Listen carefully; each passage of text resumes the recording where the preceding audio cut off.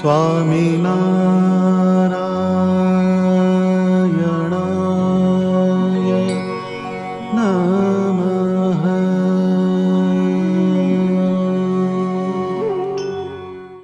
જે માણસને તમે કઈ હારો જો તો ભગવાન સંબંધી કરતો હોય તો જ, હલકો હોય તો નહીં. એટલા માટે ભગવાન આ પૃથ્વી પર આવ્યા. એટલા વાતાવરણમાં તમે રહો, તમને જીવવું હાર લાગે ને કઈ મોત હાર લાગે.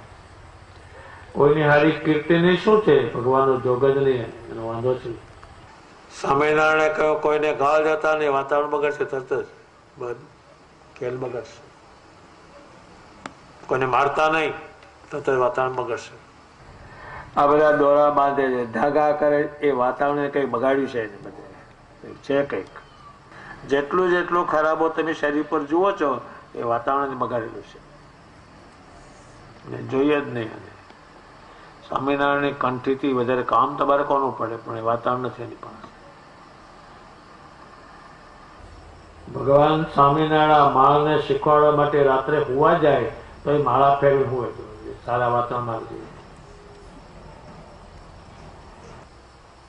કચ્છમાં છે ત્યાં આ વાતાવરણમાં રહેવા માટે એટલી પ્રદક્ષિણા એટલા દંડવત દેવું કરે તો લાદી હોય એ 2-3 વર્ષે ઘસી નાખે.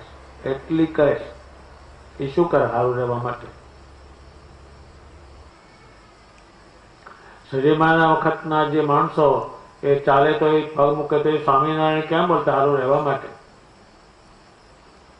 અને એમને ચાલુ સ્વામિનારાયણ સ્વામિનારાયણ કેમ બોલતા? એનો આકાર જોવા અને આકારથી સંતોષ મળે એટલે કરતા. એમ લોભી હોય તો પૈસા કેમ કરે? એમાં વાતાવરણ બહુ સુંદર જોઈએ, અતિ શ્રેષ્ઠ જોઈએ બોલ. એટલે આ દેહને સારું રાખવું, ઇન્દ્રિયોને સારી રાખવી, આત્માને સારો રાખો, એમાં આની જરૂર બહુ પડે. એટલે કિંમતીમાં કિંમતી સત્સંગ, સારું રહેવાનું સાધન જ આ, બીજું નહીં. આ ન હોય તો પ્રેમાનંદ સ્વામી કહે છે કશું નથી રહેવાનું, કઈ થવાનું નથી કાંઈ.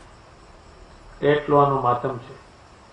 બ્રહ્માનંદ સ્વામી જેવા સાધુ એમ કે એ મન, હવે તું સ્વામિનારાયણ કશું બોલીશ નહીં, અને એ કામ કરાવે એના બ્રહ્માંડજી બને. દેહ ના પાડે, મંદિર નથી જવું તો જીવ બળને બળવાન બનાવ્યો તો જવાનો જ ઉપર હાલ, ખાવાનું કેમ દોટ મેળે. એટલે આને સારું રાખવું બહુ કઠણ. સ્વામિનારાયણ કે સારું તમારે છોકરો છોકરી કરવી હોય તો 12 વર્ષ સુધી જો સંસ્કાર આપ્યા તો થયું, પછી કદાચ. ત્યારે જે પ્રજા સંસ્કાર આપો એ ધીમે ધીમે દેવ જેવી બને, ગમે એવી બને, સંતોષવાળી બને, ભજન કરવામાં અનુકૂળ થાય. એટલા માટે આની જરૂર બહુ પડે બધાને.